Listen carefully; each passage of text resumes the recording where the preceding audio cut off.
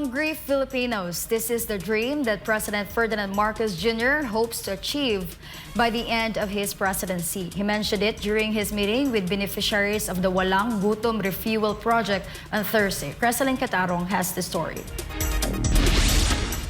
On October 16, 2025, President Ferdinand Marcos Jr. reaffirmed his administration's commitment to eliminate hunger across the country before the end of his term. Speaking at the Kamustahan event held at the San Andres Sports Complex in Manila, the president assured that the government will continue to strengthen programs that address food insecurity and malnutrition, especially among the poorest families.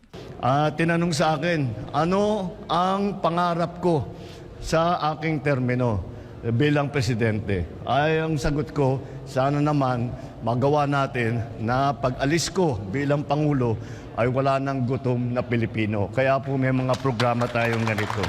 Dahan-dahan po na natutupad po ang pangarap po ng inyong Pangulo, ang pangarap po ng lahat ng Pilipino na wala nang ginugutom na pamilya dito sa atin. President Marcos Jr. launched the Reducing Food Insecurity and Undernutrition with Electronics Vouchers or Refuel Project, an initiative aimed at expanding the Department of Social Welfare and Development's Walang Gutom program.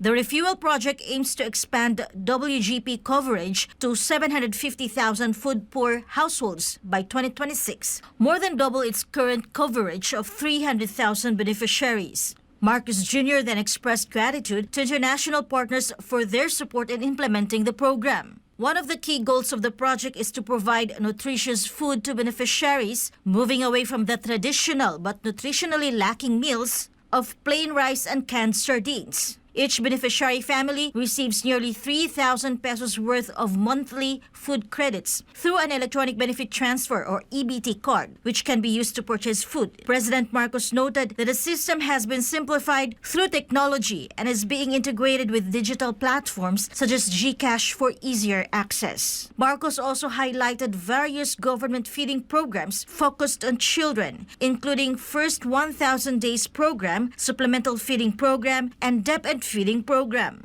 Reporting for Newsline World, this has been Creselyn Catarong, SMNI News.